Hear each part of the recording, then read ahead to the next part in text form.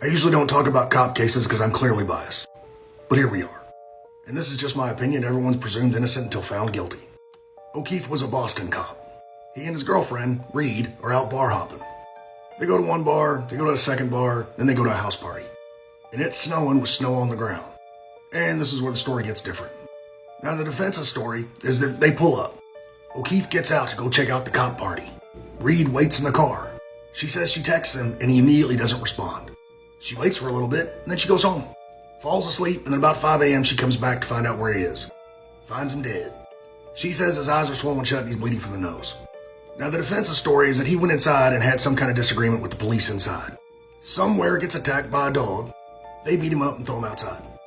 Now about 2 a.m. someone from the inside of the house Google searches how long does it take to die from cold.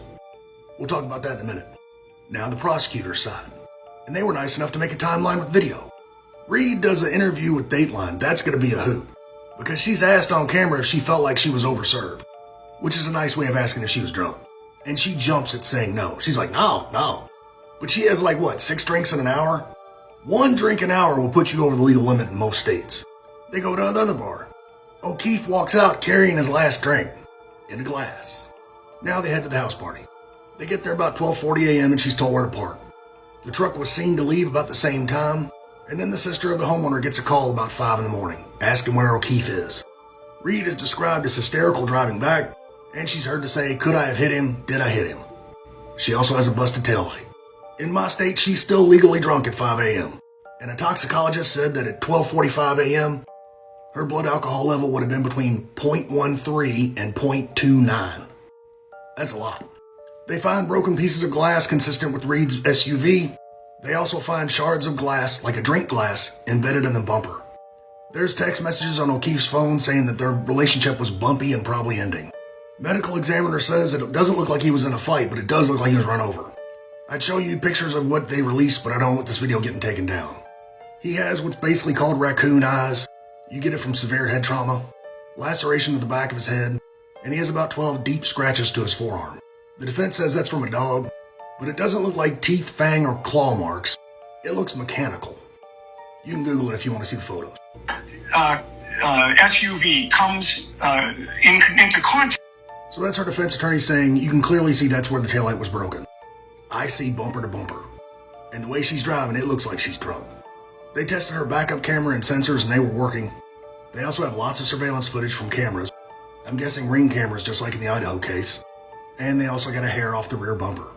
I kind of laughed when I saw a reporter clutch her pearls and say, I can't believe you got into a car with somebody DUI. Clearly you don't know any cops. Some of the best cops I know don't people so great. And a lot of them go hard. And they have rocky relationships. With fun girlfriends. So all that tracks with the prosecution. The weird Google search. I think it's just bad luck. Just about on every case there's something that doesn't fit. But you gotta look at the totality of the circumstances. The case as a whole. Just by itself. Would a bunch of cops from different departments and some civilians partying murder an officer, nobody gets footage of it, and nobody snitches? Probably not. I mean, I got an open mind, I'll hear you out and look at the evidence. But the evidence doesn't point there. I think this is probably a manslaughter case. And she lawyered up, so they charged her with murder too. Meaning she was mad trying to run over him. There may have been some kind of an argument. He gets out, walks around the back of the car, slips and falls because they said it's blizzard conditions. She's super drunk. And driving over snow, she probably didn't know she ran over him. Given her hysterical utterances that are admissible, I don't think she knew she hit him. And honestly, if her BA was that high, she probably don't remember that much of that night. But I'm still looking forward to the Dateline interview. And I'll do a body language video if that one's a good one. I think this is probably the longest video I've ever done. I have space for 10 minutes. Let me know if you like a little longer format analyzing these cases. Because TikTok's kind of trained me to keep it short and sweet. They are making my merch as we speak. And it'll be up for sale in a couple of weeks. Be aware and be safe.